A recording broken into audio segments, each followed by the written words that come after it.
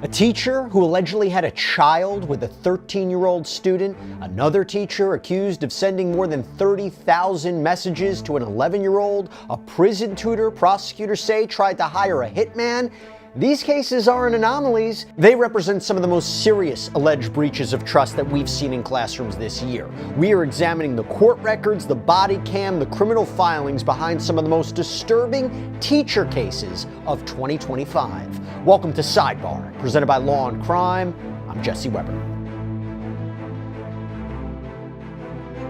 Now, here's the truth about something before we get into all this. Honestly, I don't even think we'd be able to put these episodes together if it wasn't for the incredible support that we get from our sponsors like Morgan & Morgan. Okay, this is America's largest personal injury law firm. I want to talk about them because this is a firm with over 1,000 attorneys who have recovered $25 billion for more than 500,000 clients. Look, in the past few months, we're talking about a client in Florida that received $12 million when insurance offered just $350,000. Out in Pennsylvania, another client was awarded $26 million. That is 40 times the insurer's offer. And Morgan & Morgan, they make it easy to fight for what you deserve. You can even start a claim from your phone. So if you're injured, you can start a claim at forthepeople.com/LC Sidebar. You can click the link below, or you can scan the QR code on screen. So over the last year, we have seen case after case after case that makes you question, who are you leaving your kids with for 8 hours a day? Teachers, they're supposed to be protectors, right? Mentors, safe adults. But in these stories that we're about to go over, they became the exact opposite. We're not talking about some sort of lapse in judgment or a single bad decision. We are talking about what prosecutors have alleged in all of these cases: calculated, long-term patterns of abuse, manipulation, and predatory behavior. From a secret baby to hidden Snapchat messages to a murder-for-hire plot that was apparently hatched behind bars, the details are honestly hard to believe. But the court documents, this is what they allege. And we are going to take you inside the evidence that left investigators, the public, and I will tell you, me myself, as I cover it on this show, stunned. So first up, this is a case that sounds like a twisted soap opera, but unfortunately, it is tragically real. It starts in a quiet New Jersey town with a 5th grade teacher and a family who trusted her with everything. We're going to Middle Township, New Jersey. Laura Karen was a 5th grade teacher at a public elementary school there. Teacher there for over 10 years. By all accounts, she was trusted. And the story broke in maybe the most modern way possible, through a viral social media post. According to the criminal complaint in this case, it began like this, quote, "On December 12, 2024, the Middle Township School Superintendent, Dr. Salvo, reported to Officer Runyon of the MTPD he received an anonymous tip a teacher may have had a sexual relationship with a student. The teacher was identified as Laura Karen. This came from a Facebook post made by the student's father on December 12, 2024, which indicated Karen's 5-year-old child, SC, looks very similar to him and his son, JM Jr. Yeah, so the father was essentially accusing Karen of being the mother of his son's child. And that post seemingly triggered or sparked or furthered the investigation. Police interviewed the father, who detailed an almost unbelievable living situation, that Karen was the victim's teacher, that the family befriended her, they allowed their children, including the victim, to stay at her place. The complaint states, JM Sr. explained that it began with 1 or 2 nights a week, and eventually the children stayed with Karen permanently from 2016 to 2020. Now picture the scene, okay, that was described by the boy's sister to police. It's detailed in the same document. Quote, AM explained the children would sleep in a shared room on the 2nd floor, but noticed the victim would not be in his bed the next morning and would be sleeping in bed with Karen. AM stated victim would shower in the 1st floor bathroom while the other children would shower in the 2nd floor bathroom. AM also noticed when the victim would shower, Karen would enter the bathroom and lock the door. Now, police claim that this sexual abuse started in 2016 when the boy was just 11 years old. It allegedly continued for years. The victim apparently told investigators that he believed Karen would have sex with him twice a week. But this story has a twist that separates it from almost any other.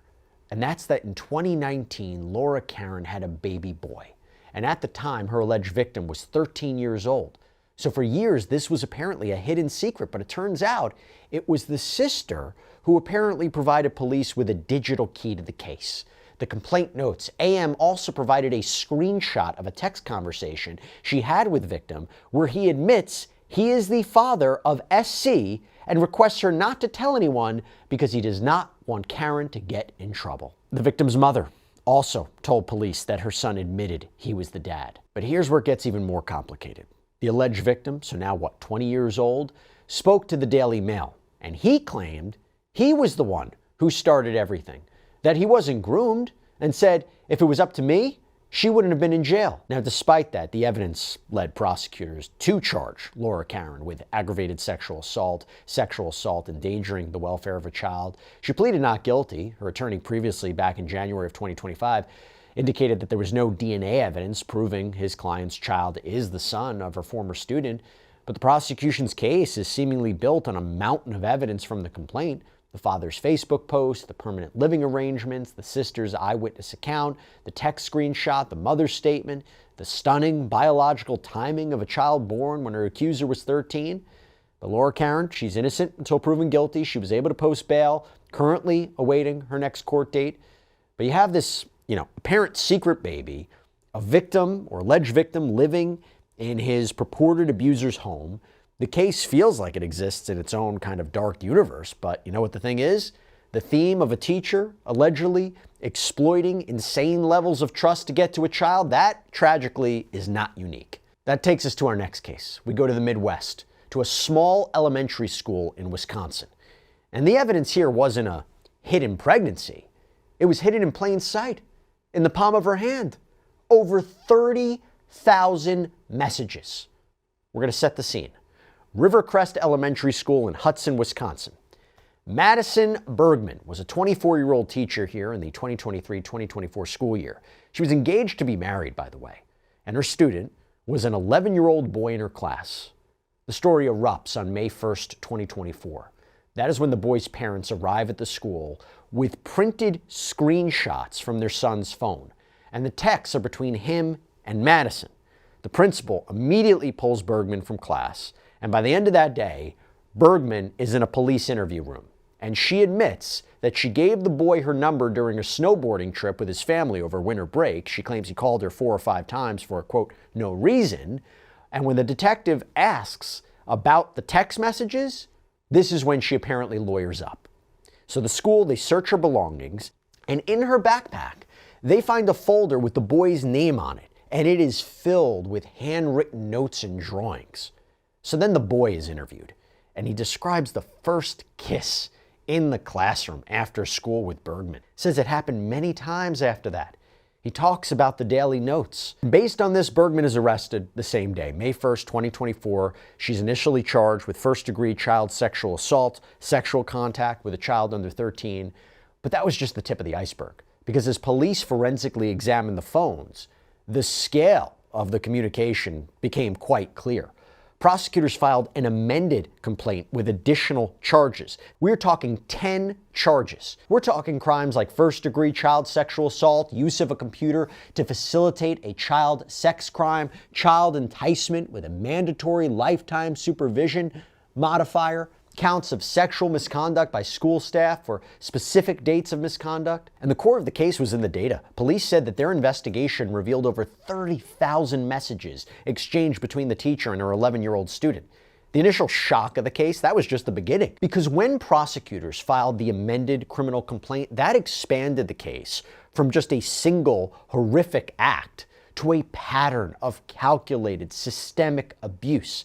This document that was built on a mountain of digital evidence and the victim's testimony, it detailed a secret digital world that the teacher created with her student.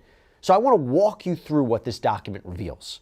Okay, first, consider just the staggering volume of private communication, okay? A forensic examination revealed more than 35,000 text messages exchanged between the 24-year-old teacher and her 11-year-old student. That number, 35,000, it represents a constant, all-consuming secret life that existed alongside the school day.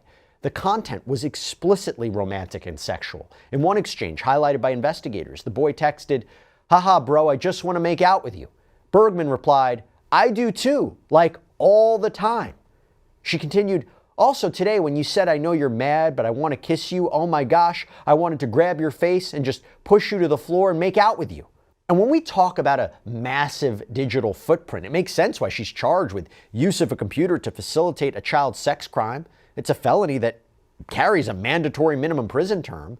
But you also have this search of Bergman's computer, revealed nearly 3 dozen emails between them.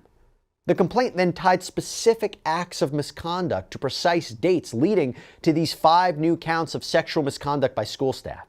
And the victim described how Bergman engineered opportunities for contact, that during, quote, independent reading time, she would rub his thigh and leg. He believed other students couldn't see because Bergman had moved his desk directly next to hers, so arguably a premeditated act that provided camouflage. And the complaint detailed that first kiss. Quote, when the other kids left the classroom, she approached him and kissed him on the mouth.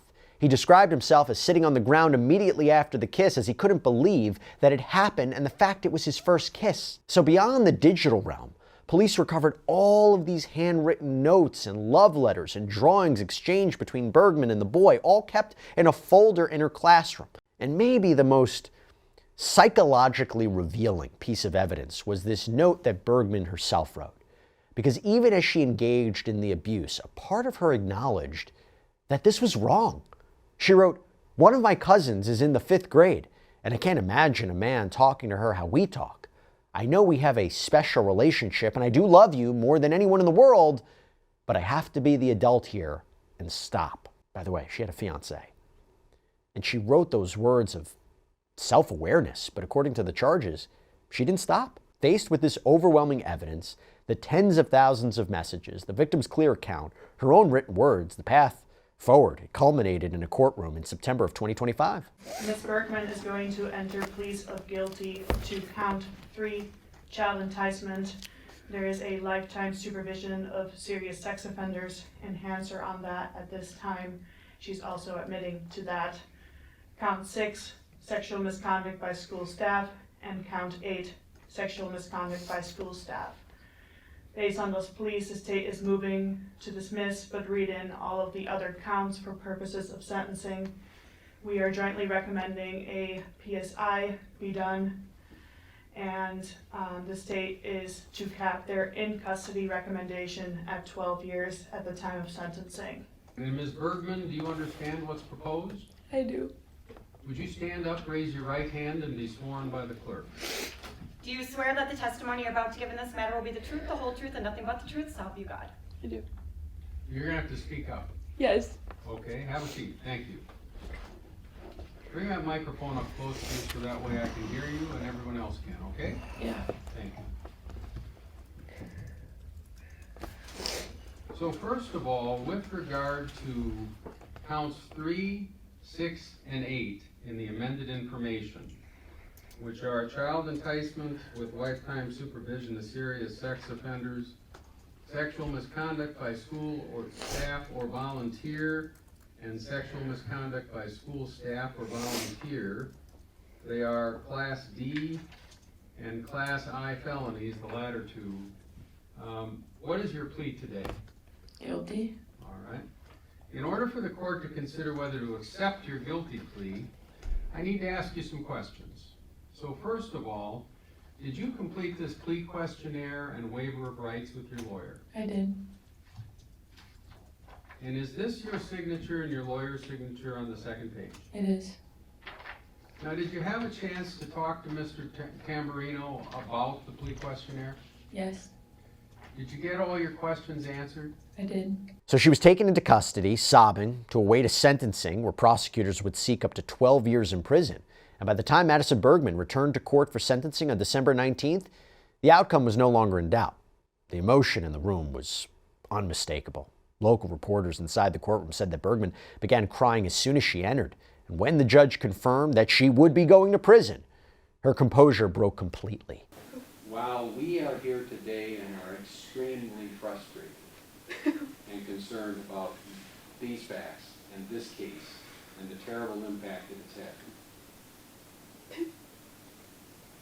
I also have to be mindful that there are cases even more extreme, with defendants who have long records of that kind of behavior.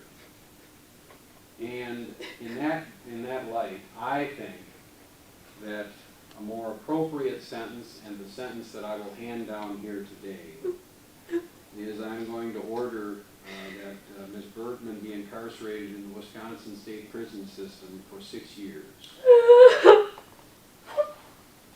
And that she serve 6 years on extended supervision thereafter. That's on count 3. With regard to counts 6 and 8, I'm going to order 1.5 years of incarceration on each. That's the maximum sentence. And 2 years of extended supervision on each. And I am going to run all of this concurrently. I think essentially the outcome here is 6 years in the state prison, 6 years of extended supervision is an appropriate sentence given everything I've heard here today and everything I've discussed with you. Now, Ms. Bergman, you're going to have to calm down for a minute because I have to give you some more. So Bergman was sentenced to 6 years in state prison, followed by 6 years of extended supervision once she's released. That supervision apparently comes with strict conditions. She's barred from any contact with the victim or the victim's family. She's barred from having any contact with anyone under the age of 18 unless she receives prior approval from her supervising officer. Just a wild case. So if the first 2 cases were about exploiting trust, right, or allegedly exploiting trust, our next story takes a sharp turn into a realm that feels more like a crime thriller. This is about a teacher who allegedly tried to use the very system meant to rehabilitate to commit the ultimate crime. We're going to Kentucky, where Elena Barden, 27 years old, this teacher, was working at the Adair County Juvenile Detention Center. But according to prosecutors, she wasn't there teaching. No. They allege she started a sexual relationship with a teenage inmate in her class. And court documents claim that she sent him explicit photos and engaged in sexual contact with him. And as explained by the Kentucky State Police, quote, the Adair Juvenile Detention Center conducted a routine search of juveniles' living units where letters and explicit material were found in a male juvenile's possession sent by an Adair County school teacher assigned to the facility. The detention center immediately confiscated the material. But this is where it gets more sinister. But prosecutors claim that that relationship became the foundation for a murder-for-hire plot. They allege that Barden, who was apparently married, solicited that same inmate to kill her husband. The case exploded when the shocking body cam video from her arrest came out. And Barden, remains kind of eerily calm. She seemed casually asking the officer to call her husband to tell him that she's been arrested, seemingly more concerned about her car being impounded than the charges that she was facing.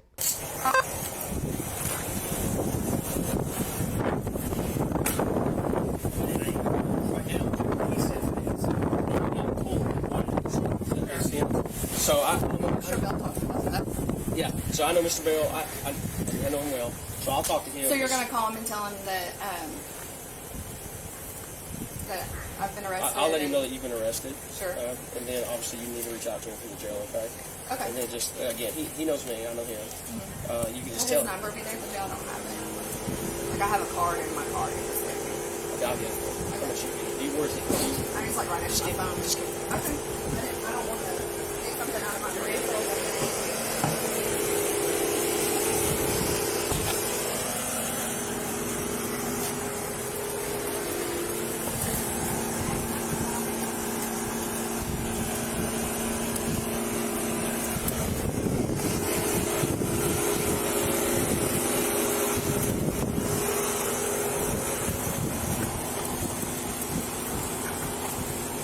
Is this okay? She asked for her 5/8. Yeah. Okay.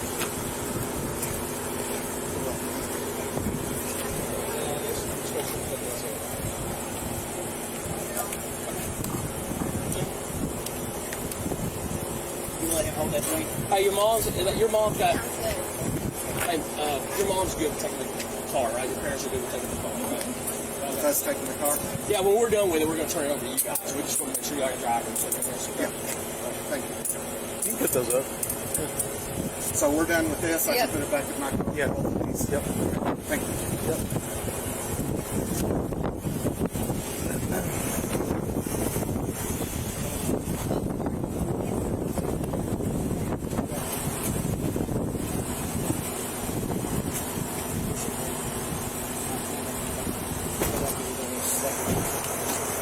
Do you have anything on you? Your drawing? Yeah.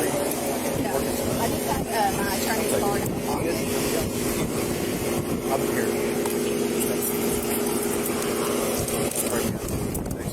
We're just gonna get this one right here.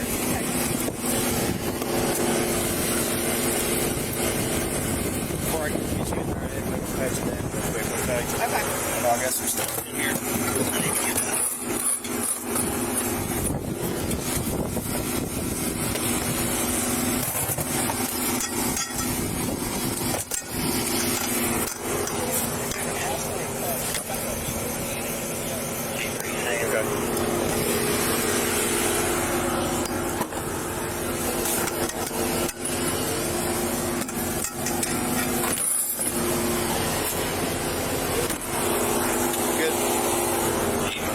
You got anything on you I should know about? Just my attorney's number in my pocket. Okay, that's fine. You don't have anything in your bra or anything like that? Just my boots. Okay. I'm gonna just pat you down on the back of my hand. Okay. All right.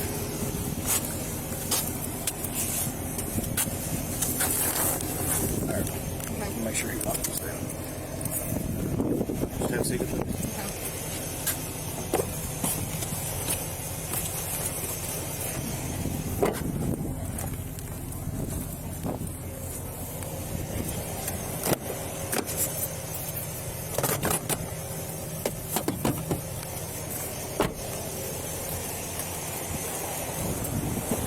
You need me to hang out till you all get done? I don't think so. Hold on, we're in there. You're transporting? Yeah. Oh, no, go on. Just serve the warrant and serve the EPO. All right. I'll bring a copy of yours. That's fine. Still in our box. Please. Yep.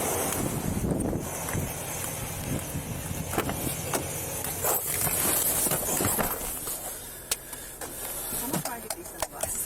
You what? I'm gonna try to get these things. I don't want you to think I'm like, there's something.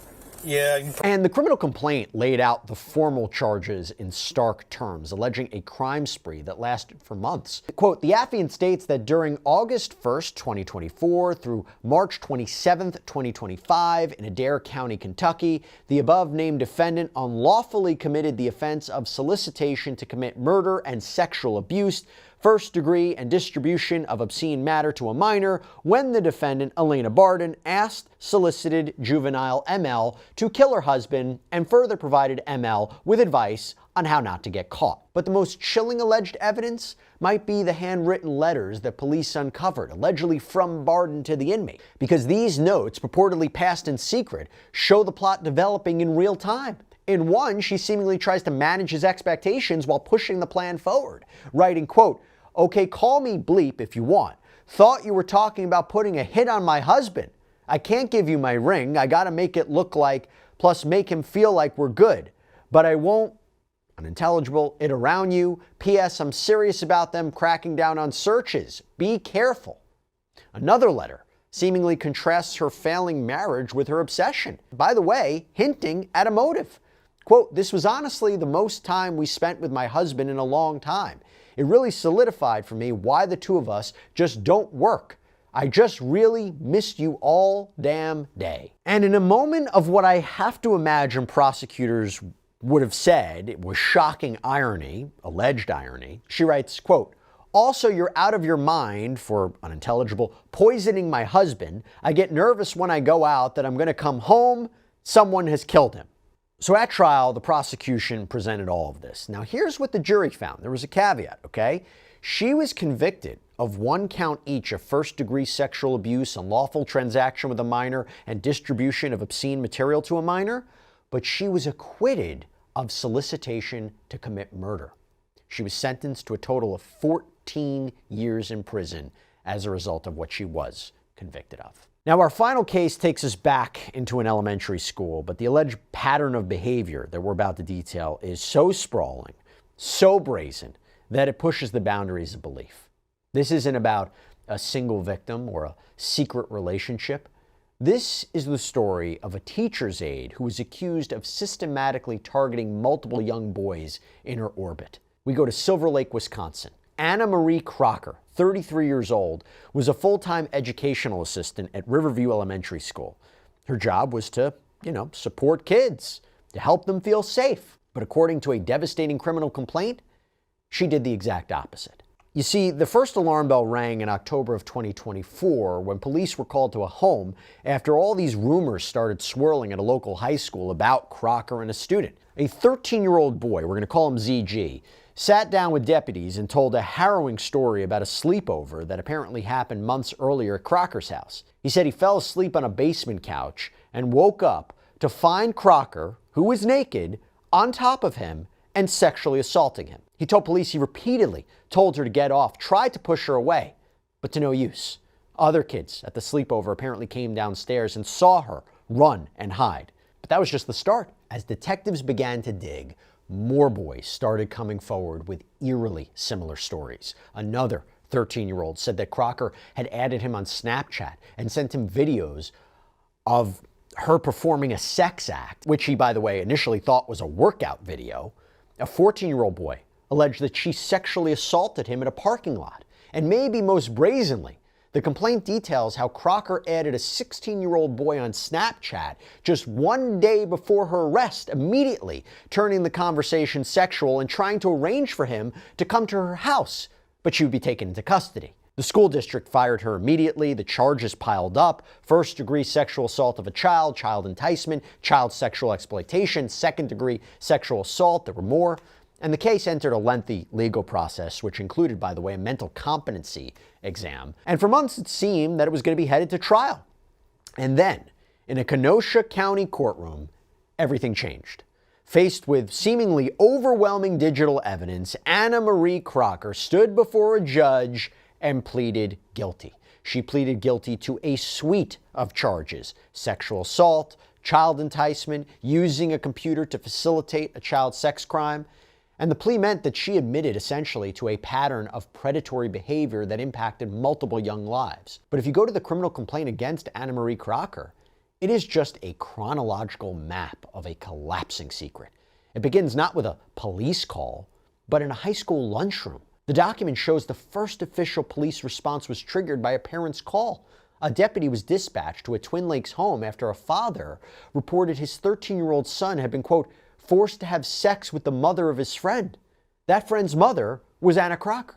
The boy, again, who we're calling ZG, told the deputy about a sleepover the previous winter at Crocker's house. He described falling asleep on a basement couch and waking up to a nightmare. Quote, while asleep on the couch, he was woken up by the defendant, who was naked. The defendant had removed ZG's pants and was on top of him. But the complaint reveals also mounting pressure. How ZG's mother had gotten a frantic text from another mom. Her son had been confronted at school by a girl yelling about him having sex with Crocker. And this boy then tells the mom that Crocker had been inappropriate with him and ZG.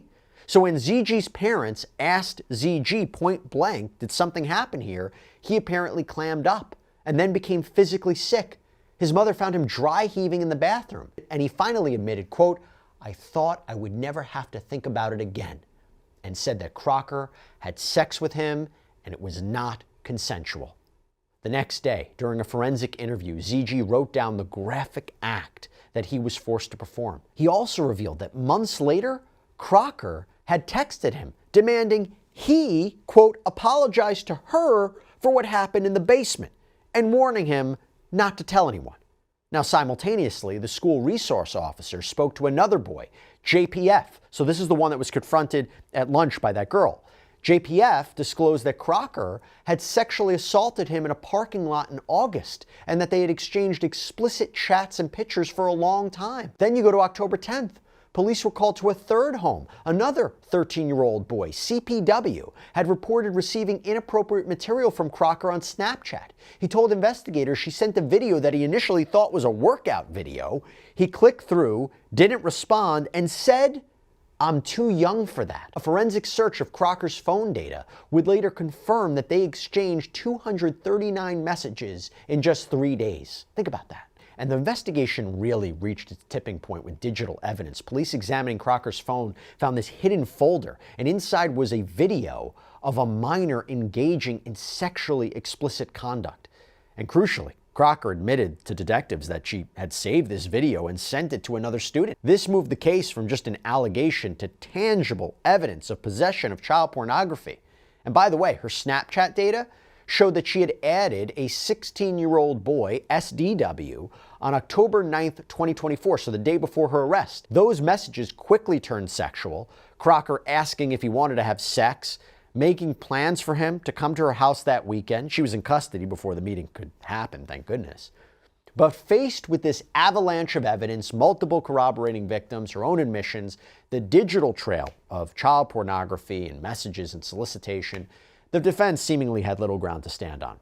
The complaint laid out a clear, multi-victim pattern of predatory behavior, and in court, the path chosen was not a trial, but a guilty plea to the most serious charges. This included first-degree child sexual assault, child sexual exploitation, and she is going to be sentenced in February 2026. That is all we have for you right now here on Sidebar, everybody. Thank you so much for joining us, and as always, please subscribe on YouTube, Apple Podcasts, Spotify, wherever you should get your podcasts. You can follow me on X or Instagram. I'm Jesse Weber. I'll speak to you next time.